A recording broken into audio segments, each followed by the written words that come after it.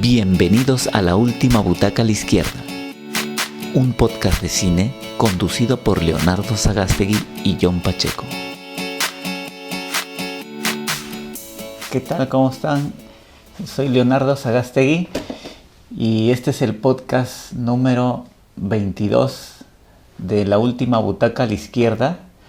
Este es el último podcast de esta primera temporada. Y el tema que vamos a tratar en esta ocasión es sobre la amistad, que es un tema, uno de los sentimientos o emociones primordiales, ¿no? de los seres humanos, que ha sido bien tratado en muchas películas, ¿no? Y hemos hecho una selección creemos acertada de estas películas donde la amistad está reflejada en su máxima expresión, ¿no?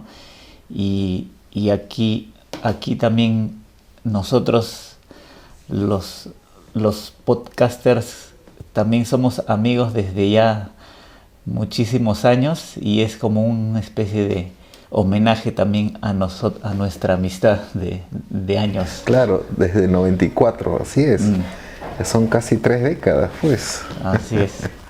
Entonces, vamos ya a empezar ya sin más preámbulo con las películas que vamos a tratar en esta ocasión. Y la primera es una película muda del año 1926, que se titula El demonio y la carne, dirigida por Clarence Brown. Y es una película que trata principalmente de la amistad de dos amigos que son amigos desde la infancia, y a través de esta amistad que va recorriendo los años, ¿no? hasta que ya son jóvenes, unos oficiales austriacos, y ellos a lo largo de los años empiezan como son oficiales, van a combatir, ¿no? a las guerras, ¿no?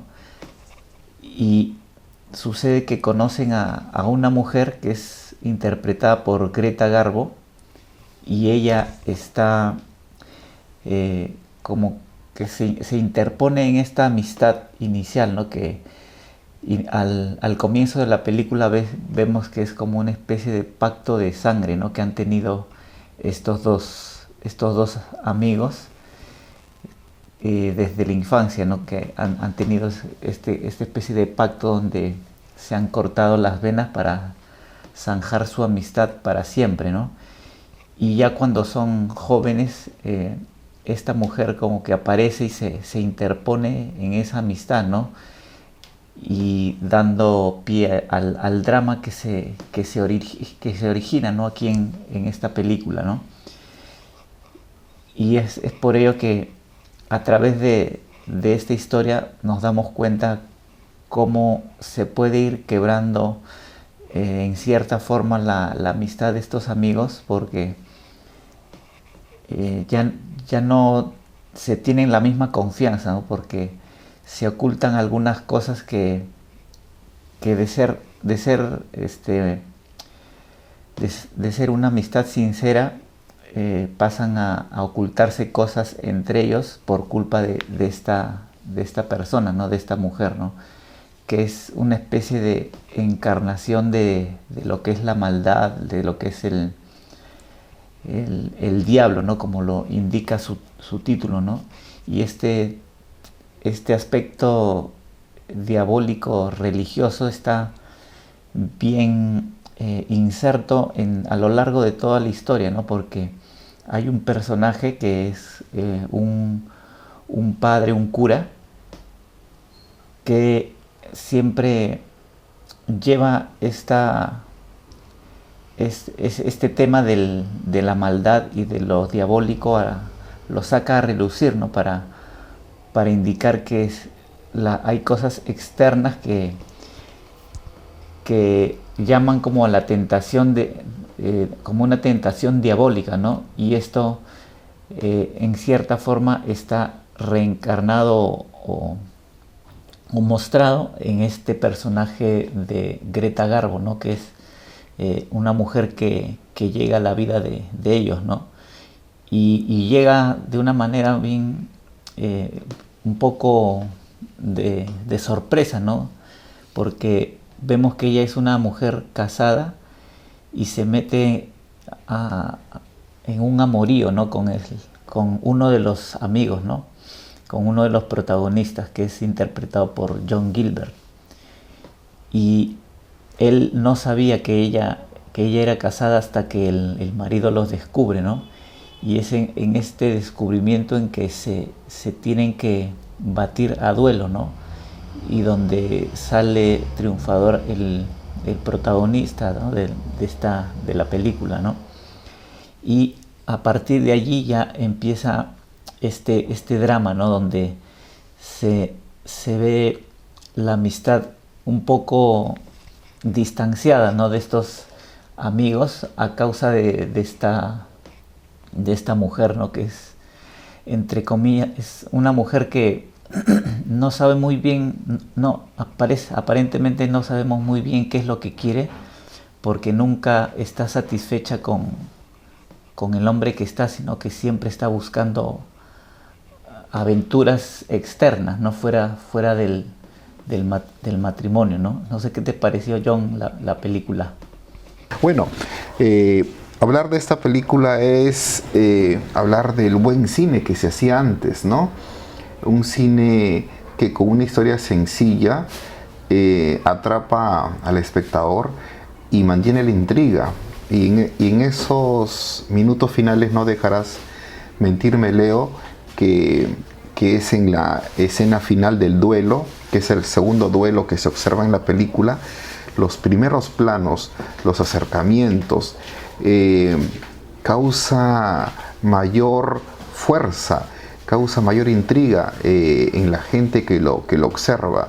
Uno no sabe cómo va a acabar la película, porque precisamente a lo largo del film vemos cómo estos dos personajes sucumben pues ante la tentación de lo que tú mencionaste, esta femme fatale, ¿no? Como lo pintaba Hollywood a las mujeres de antaño. Y tenemos aquí pues a una soberbia Greta Garbo, que precisamente, según lo que he leído, es un papel del cual ella inicia o se despega su carrera actoral en Hollywood. Es una película que ha sido elegida para que se guarde en el Congreso de los Estados Unidos. Y lo que yo observo aquí, ya que ya mencionaste algunos aspectos del final de la película, es este juego que hace el director, en que pareciera que todo el tiempo uno de los amigos estuviese como si esta mujer lo hubiese hipnotizado, como si esta mujer lo hubiese atrapado una especie de hechizo, y solo en la parte final, cuando están en esta especie de la isla de la amistad, que sabemos por este flashback que hicieron un juramento cuando tenían 8 años aproximadamente, al parecer cuando vuelven a esa isla de la amistad para hacer el escenario de este duelo en la cual ellos dos iban a batir, al estar en este lugar pareciera como que se rompiera el hechizo.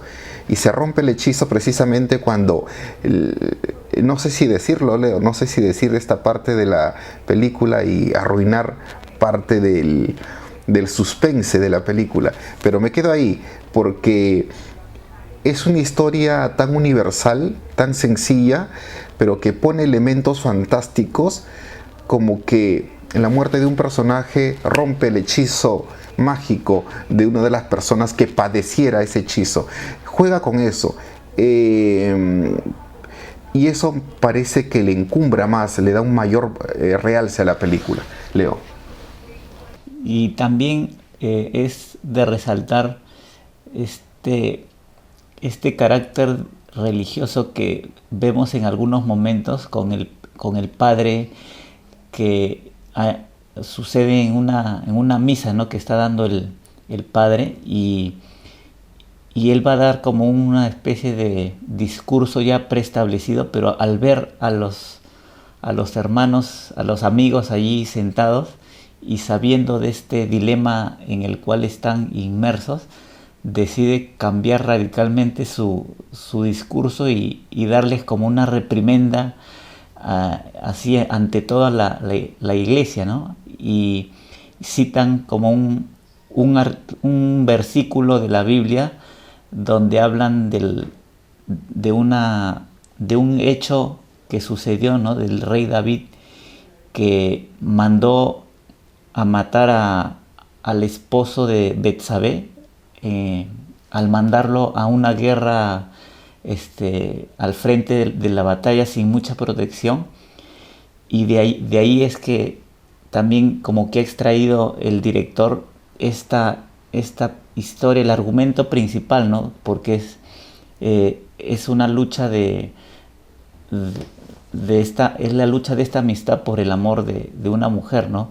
Y como sucede en esta historia bíblica, ¿no? Donde el rey David quiso estar con la esposa de su guerrero, que era se llamaba Uria, creo, y acá le han cambiado el nombre al amigo por Ulrich, ¿no? O sea, hasta eso le han puesto un nombre similar, ¿no? Para asemejarlo a esta historia bíblica, ¿no? Y eso también la enriquece bastante, ¿no? A la hora de evaluarla, ¿no? La película.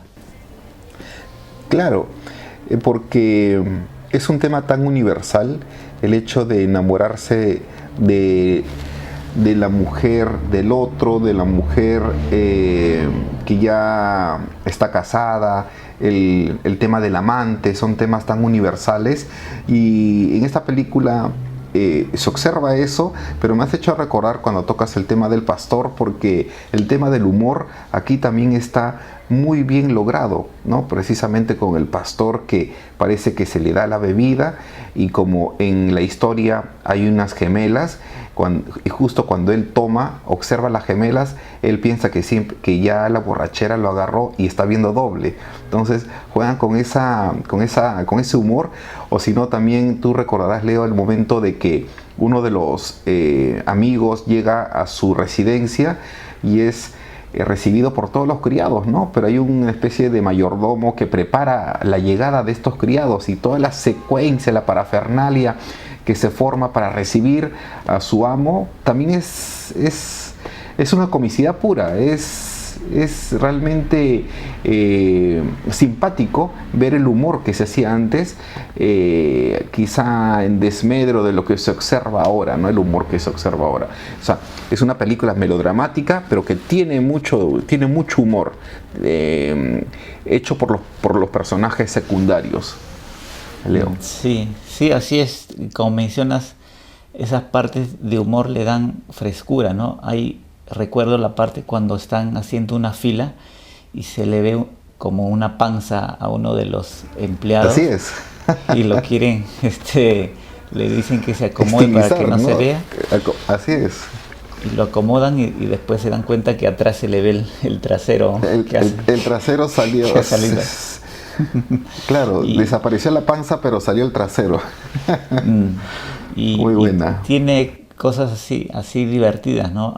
A lo largo del filme, que lo hacen una excelente película, ¿no? Que la recomendamos. Año 1926, sorprende. Sí. Tenía 26 años de existencia el cine y ya se hacía ese tipo de películas notables. Así es, y se la recomendamos. Y pasamos ahora a la siguiente película, que es una película de la ex Unión de Repúblicas Socialistas Soviéticas. Es una película del año 1975 titulada Dersu Uzala. Esta película fue dirigida por Akira Kurosawa y tengo entendido que es como un remake ya esta película de una película rusa, también del mismo país, ¿no?, que esta película.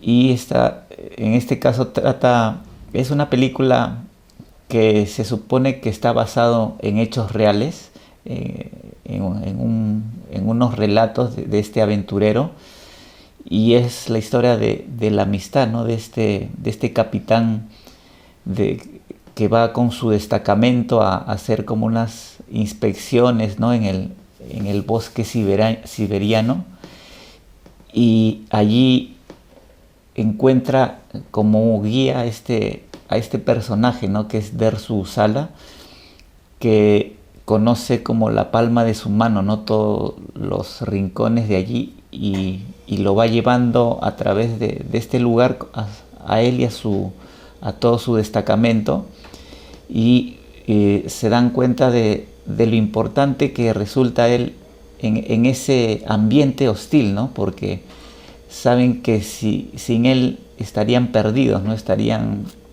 muertos de repente, ¿no?, ya no habría quien pueda rescatarlos, ¿no?, pero como están con él, depositan toda su confianza en él, y es la evolución, ¿no?, de esta amistad que tiene este capitán con el personaje Dersu Uzala, ¿no?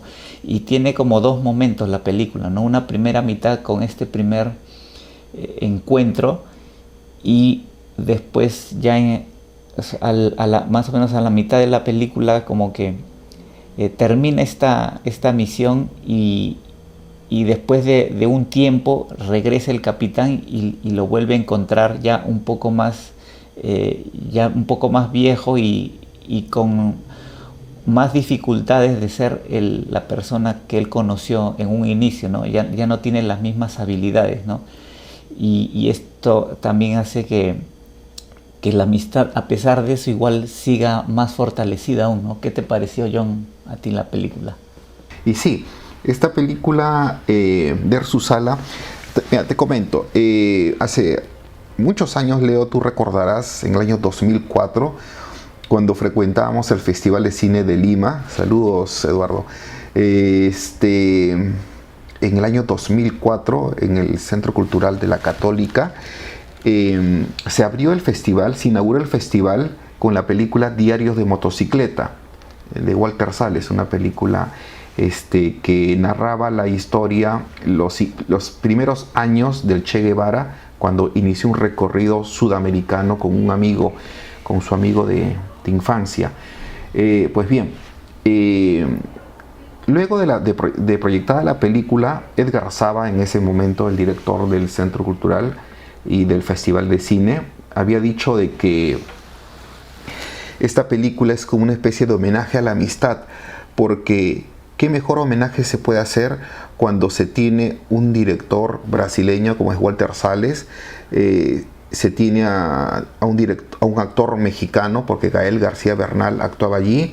La producción era norteamericana. Robert Redford financió parte de la producción de la película y se filmó en varios países de Sudamérica.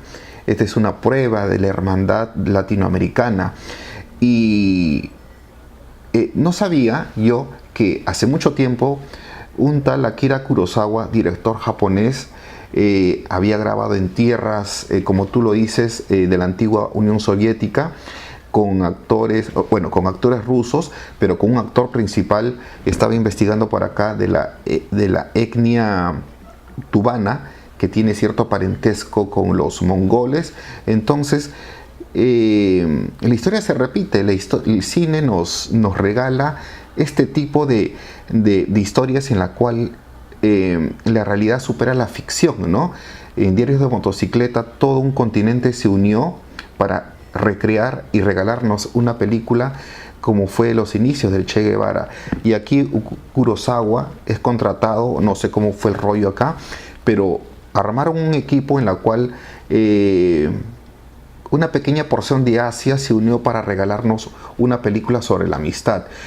Y valoro este tipo de propuestas porque, como tú también lo has dicho, es un militar soviético que tiene una misión de topografiar ciertas regiones inaccesibles todavía para esa época, y se encuentra en su camino con un nativo de esa región quien los ayuda. Y fruto de esa unión, de esta especie de convivencia, logran una amistad que sobrepasa los años. Y yo creo que allí está el valor de la película y de la amistad en general, porque el hecho va de cultivar una amistad con el que es ajeno a nosotros, no con, digamos, con el que es más próximo, una persona con la cual podemos estar viviendo al costado. Yo creo que la amistad verdadera es con la persona que quizás no es tan igual a nosotros, porque hay que recordar que, como ya lo dije en anteriores oportunidades, el ser humano, la raza humana, tiene cierto parentesco o salió de un tronco común emparentado con los monos, y hay que ver cómo son los monos en su hábitat. Son territorialistas y clasistas. Entonces nosotros como seres humanos adoptamos esas cualidades, esas características de los monos. Es por eso que nosotros hay fronteras, construimos paredes para separarnos del otro. Entonces esta especie de acercamiento al otro, al que no es similar a mí, se valora más, se quiere más. Cuando hay una amistad de por medio, esta unión adquiere un valor más estimable, y eso es lo que yo observo en la película de Erzurum Uzala, y como también lo observé en Diarios de Motocicleta. Dicho sea de paso, no me gustó mucho la película Diarios de Motocicleta. Valoré el esfuerzo que han hecho para narrar esta épica aventura de los inicios de Che Guevara, pero no fue bien lograda. A diferencia de Erzurum Uzala, es una película magnífica, inicia bien, cierra bien, y como tú lo has dicho, tiene dos partes bien diferenciadas, ¿no? Tanto así que la película dura 2 horas con 40, de Erzurum Uzala dura 2 horas con 40, y la primera parte dura 1 hora y 20 y la segunda también 1 hora y 20. O sea, hay una simetría hasta en eso, ¿no? Hasta en el corte hay una perfecta simetría a lo Kubrick. Leo. Sí, y además de ser una película que está grabada en ambientes naturales, tiene una fotografía que es bien atractiva, ¿no? Está bien realizada, como en la mayoría de trabajos de Kurosawa, ¿no? Que se aprecia el respeto por por fotografiar bien las escenas, ¿no? Hay espacios abiertos bien logrados, con una iluminación bastante apropiada, ¿no? Y no solo en las tomas amplias, ¿no? Sino también en las tomas más cerradas, ¿no? Donde tiene una iluminación acorde a lo que se está narrando, ¿no? Y es algo que se puede apreciar si uno se fija bien, ¿no? en esos detalles de la fotografía, ¿no? Y la iluminación de los ambientes. Sí. Y otro detalle, Leo, son los sonidos, ¿no? El sonido del riachuelo, las pisadas, las hojas secas que pisan, la tetera que hierve, las fieras que lo rodean. Los sonidos son tan ricos que parecería que envidiaría a nuestra compatriota que hace sonidos acá, que es Rosa María Oliar, me parece, ¿no? Que es nuestra profesional en sonido que tenemos aquí en el Perú. Es una película, como tú lo dices, muy bien lograda en cuanto a fotografía y también en cuanto a registro sonoro. Sí, así es, y se la recomendamos. Esta película ganó el Oscar en el año 1975 a Mejor Película en Habla No Inglesa, y es por algo, ¿no? Porque es una excelente película, ¿no? Y se la recomendamos para que la vean, ¿no? A pesar de que dura sus buenos minutos, no se siente tanto así, ¿no? Porque pasa fácil, ¿no? El visionado. Y vamos ahora a la siguiente película, que es una película de 1986 titulada Stand By Me, o también conocida como Cuenta Conmigo, dirigida por Rob Reiner. Y esta historia es basada en una novela de Stephen King, y trata de la amistad de un grupo de adolescentes, ¿no? De 4 adolescentes que se lanzan a la aventura de la búsqueda de un joven, ¿no? Que ha desaparecido, y se van por los bosques de su pueblo para ver si es que lo encuentran, ¿no? Y es esta travesía donde conocemos cada una de las características que tienen estos jóvenes y cuál es la historia que los ha acompañado hasta ese momento a cada uno de ellos, ¿no? Sabemos que uno es el protagonista, que es interpretado por Will Wheaton, que ha tenido un pasado, digamos, un poco difícil por la muerte de su hermano, por la muerte reciente, ¿no? De su hermano, y el duelo en que están pasando sus padres, ¿no?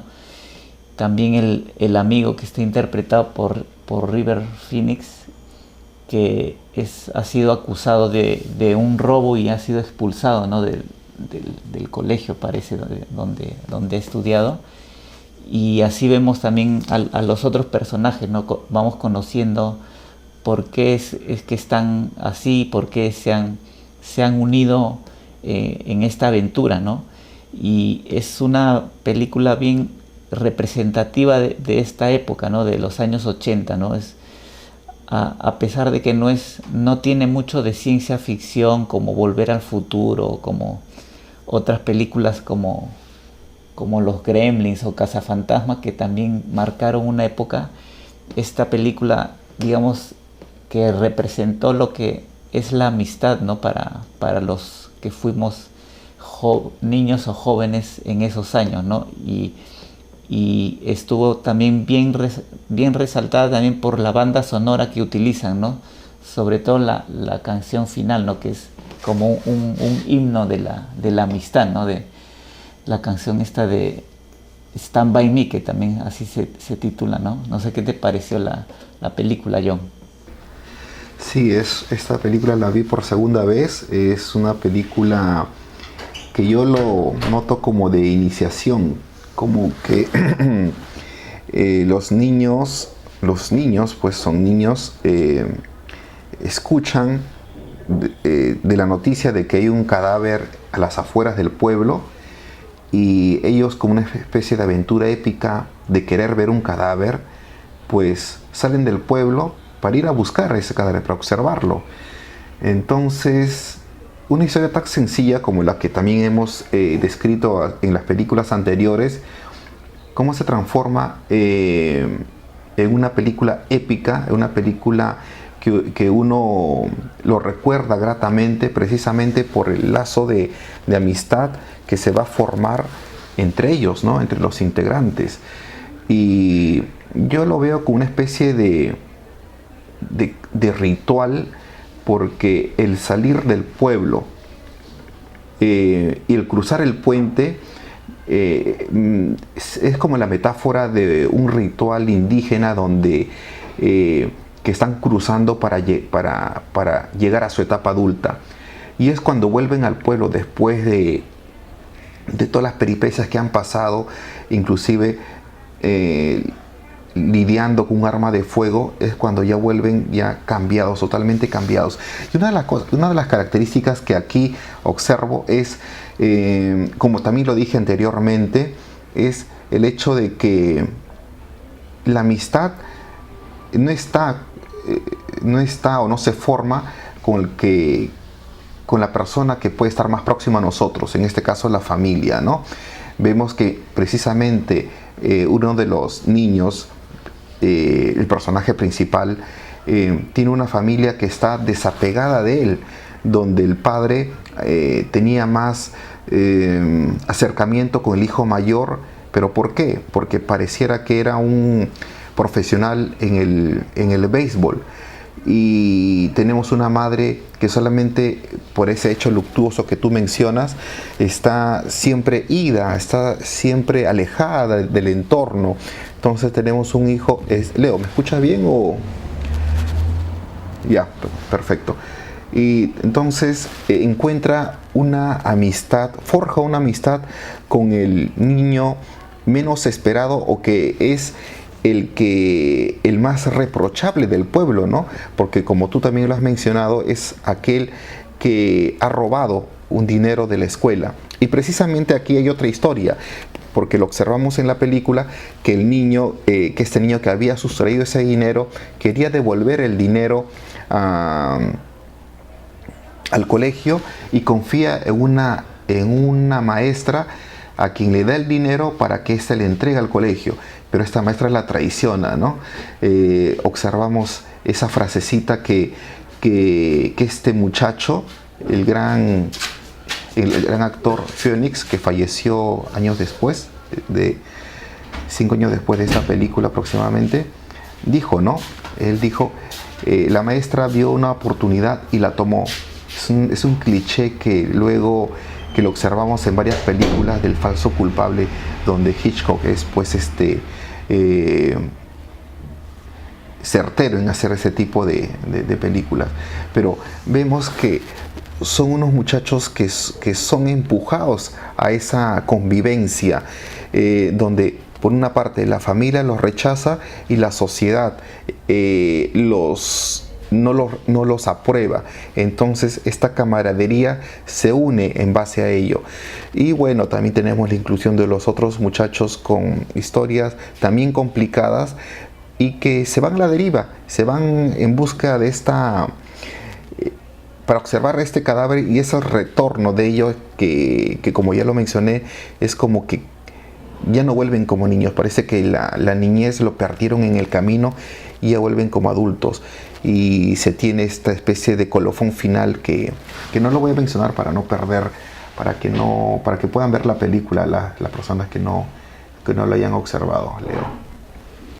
Sí, acá nos menciona Lalo que cuando Stephen King vio la película dijo que era la mejor adaptación de un libro suyo. Y sí, tiene razón en ese sentido, ¿no? Porque es de todas las películas que se han adaptado, esta es una de las mejores.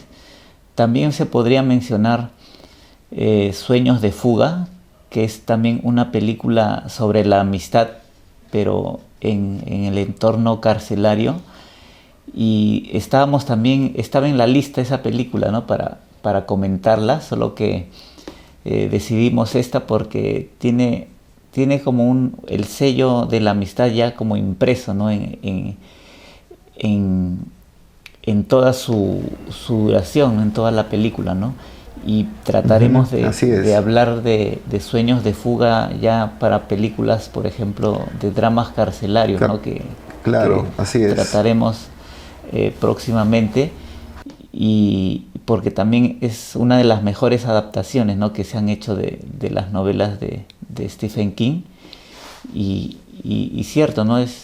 Están entre las mejores esas, ¿no? Y esta también se la recomendamos porque como ya lo mencionamos, tiene ese sello como de época, ¿no? Es una película que ya no se suele ver películas así con esa atmósfera, ¿no? De tipo, si bien la película es de los años 80, está ambientada en los años 70 o 60, porque es como un recuerdo, ¿no? que el escritor que vive en ese momento ya adulto recuerda cómo fueron sus amigos de la adolescencia, ¿no? Y ahí él claramente en un texto que él está escribiendo al final menciona que ya nadie tiene los amigos que tuvo cuando tenía 12 años, ¿no? Y se hace la pregunta si es que alguien tiene esa clase de amistad ahora que uno es adulto, ¿no?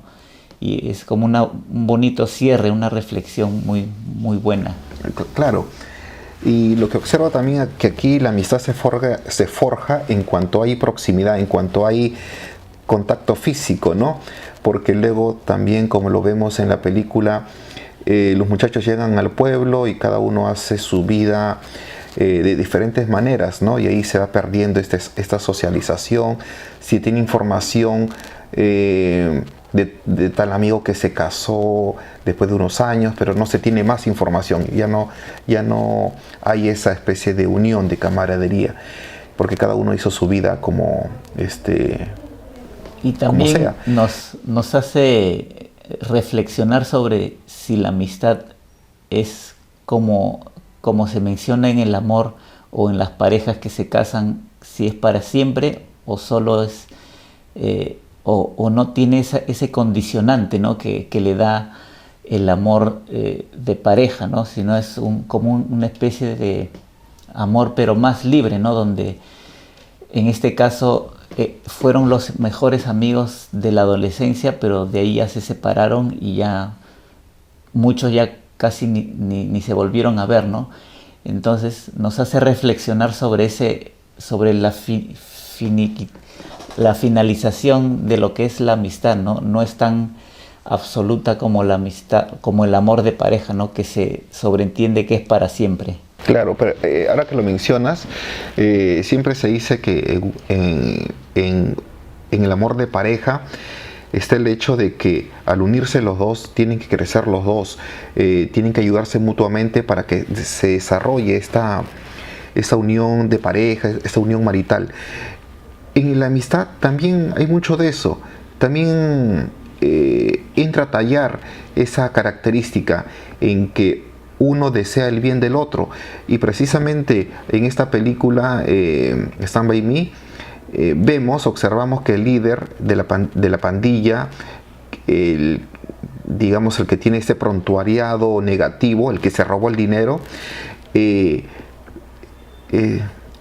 dice a su compañero, le exige que se vaya del pueblo, que haga algo productivo, que se deshaga de ciertas taras que tiene, en detrimento de la familia, ¿no? La familia es una especie de ente que vive a su costado como un parásito. Ese muchacho está como un parásito viviendo en la casa y parece que nadie le presta atención al niño. Pues sin embargo, su amigo, el que pareciera que no pudiera dar consejos útiles, le da el mejor consejo de la vida, ¿no? Pide que crezca, que ahí lo menciona, que si tienes una buena idea, pues escribe un libro y la cicatea para que escriba su libro. Y eso es lo que vemos al final de la película, ¿no? Que ha conseguido hacer su libro, o que ya al parecer es un prominente escritor con éxito, y que una de las razones por las cuales ha sido este escritor ha sido por la influencia de este amigo, entre paréntesis, perdedor, ¿no? Entonces sí tiene que ver mucho la amistad en el crecimiento del otro, ¿no? Y por qué no en el crecimiento mutuo también, Leo. Sí, y se la recomendamos porque es muy buena la película, tiene una gran banda sonora y la pueden ver fácilmente, ¿no? Y pasamos ahora a la siguiente película, que es una película francesa del año 1987, titulada Adiós muchachos, o en otros lados también se le titula Adiós a los niños. Y esta es una película de Louis Malle y está ambientada en la Segunda Guerra Mundial, ¿no? En los años de la Segunda Guerra Mundial, porque sucede en un internado católico para varones, donde el protagonista, que es un adolescente, Julián, de 13 años, empieza a trabar amistad con un nuevo joven, un nuevo adolescente que ha llegado ahí a este internado, y nos damos cuenta de que este joven nuevo está ocultando su identidad, ¿no? Porque como es judío, está huyendo del del régimen nazi, ¿no? Y este internado, en cierta forma, el director de este internado, que es un cura, lo está ayudando a continuar allí sus estudios y protegiéndolo a la vez, ¿no? Y es esta historia de ambos adolescentes que se van conociendo al inicio, tienen como adolescentes que son algunos altercados, pero luego se van conociendo y se van interesando el uno por el otro, ¿no? Y allí es donde empieza a nacer la amistad que va surgiendo en este caso, ¿no? ¿Qué te pareció, John, la película? Sí, la volví a ver para estos comentarios y es una de las películas más notables de Louis Malle.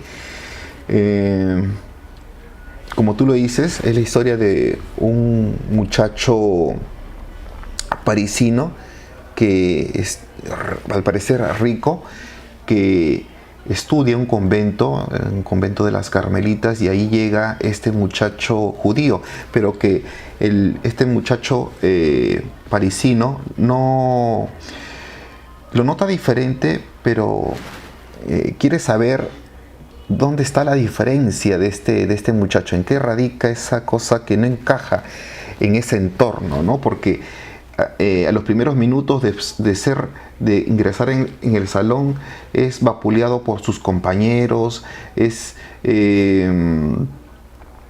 golpeado, le quitan las sábanas. Entonces, precisamente como lo mencioné en las películas, en los comentarios anteriores,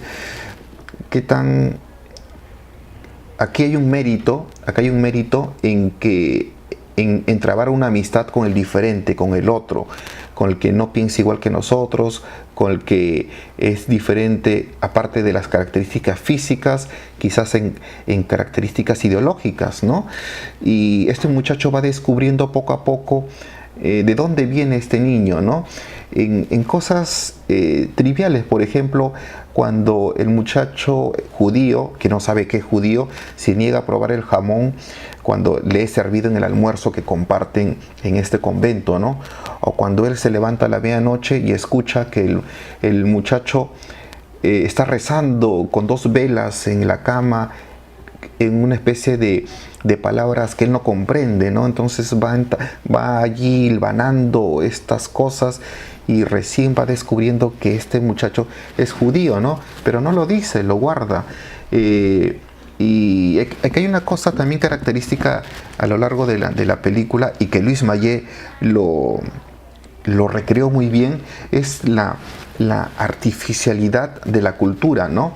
Porque ya como lo mencioné anteriormente, que nosotros si tenemos un pasado que nos emparenta con los monos, y por tal somos territorialistas y clasistas, nosotros, nuestra cultura, o sea, la solidaridad por el otro es una construcción cultural, pero que fácilmente se pierde cuando ocurre un hecho luctuoso, un hecho funesto.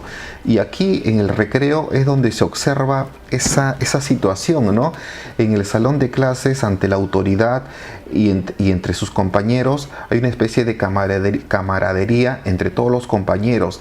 Se hablan bien, se conversa, se tiene una especie de buena disposición para todos. Pero cuando llegan al recreo es el chacoteo, son los golpes bajos, son los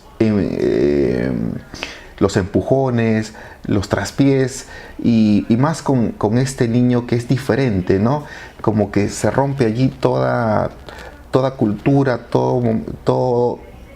toda civilización que podemos tener nosotros, y sale nuestro animal interno, ¿no? Y se vuelca hacia la persona más débil, ¿no? Tenemos aquí en este caso al judío, o también cuando lo vapulean al muchacho, al cocinero, que también es otro ser indefenso, porque creo que tiene un pie tullido, una anomalía. Entonces, en este microcosmos que armó Louis Malle, se observa cómo es el hombre, el ser humano, en su en el tratamiento con el otro, con su semejante, Leo. Y también, a pesar de que es una gran película, no tiene muchos giros de trama, ¿no? Es bastante sencilla.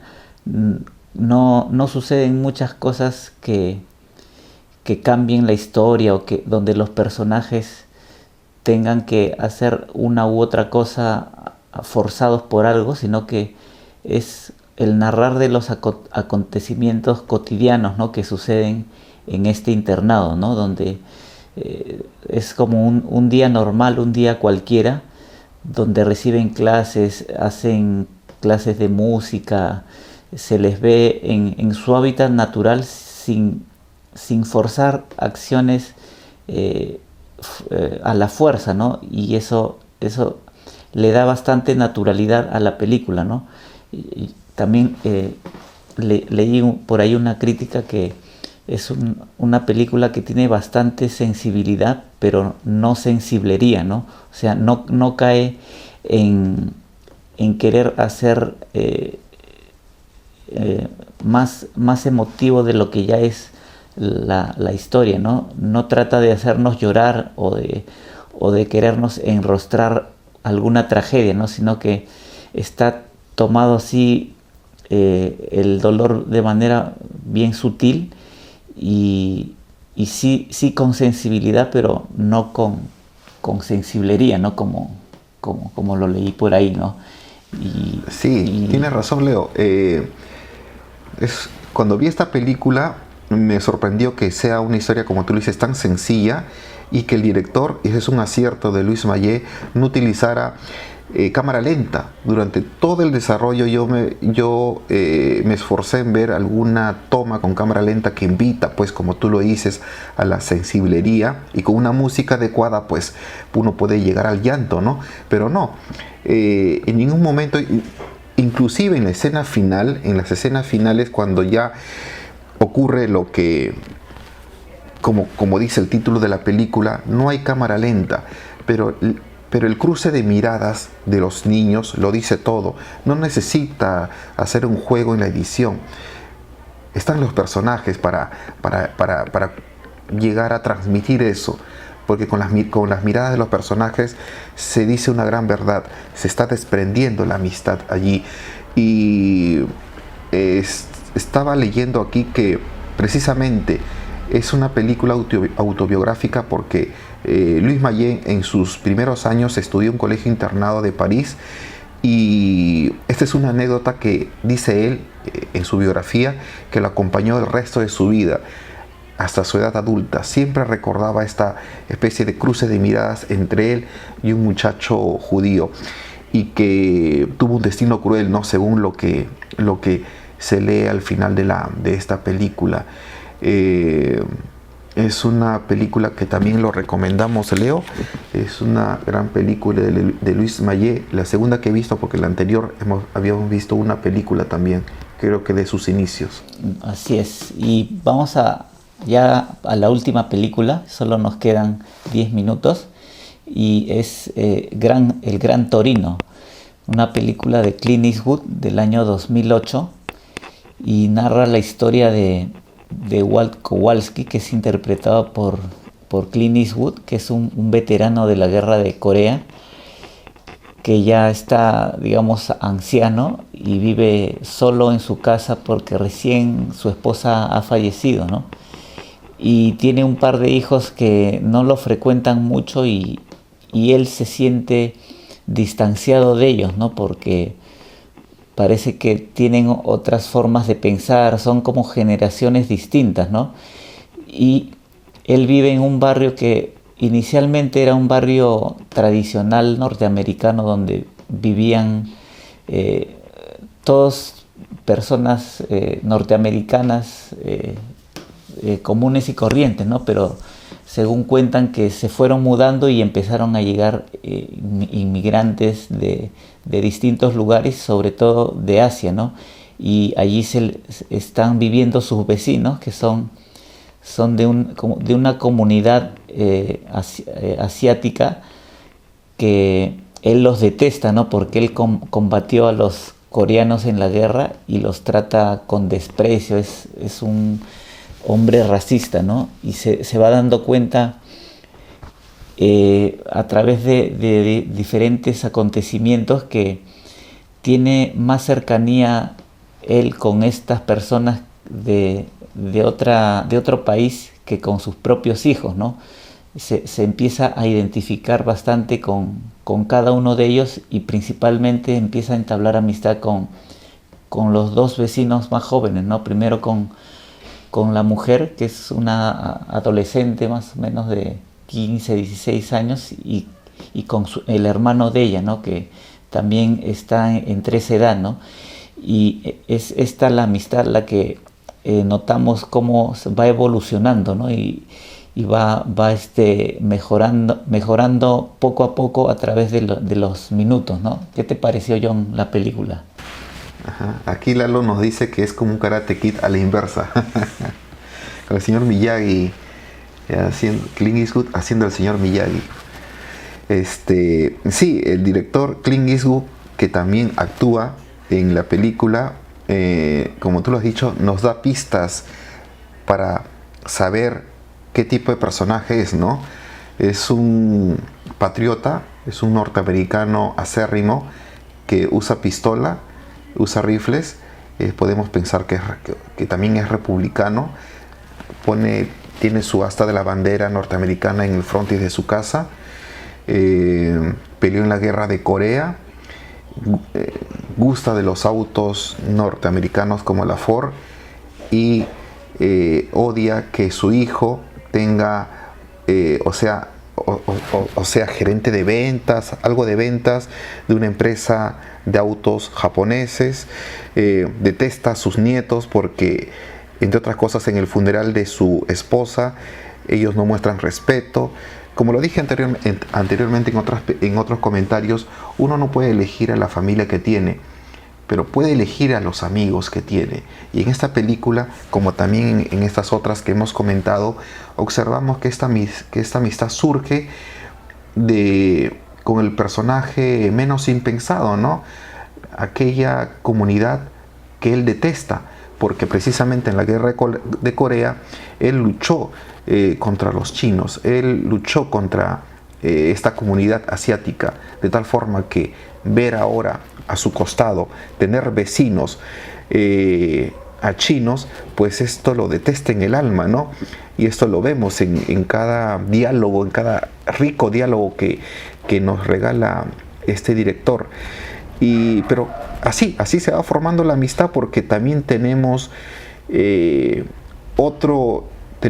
a otro grupo étnico que forja, que hace que esta amistad surja, precisamente acicateado inicialmente por un grupo de pandilleros negros y luego por los pandilleros de su misma raza étnica, ¿no? Lo que va cimentando esta unión entre el viejo Clint Eastwood y este joven asiático. Amistad étnica entre diferentes etnias y amistad también generacional, ¿no?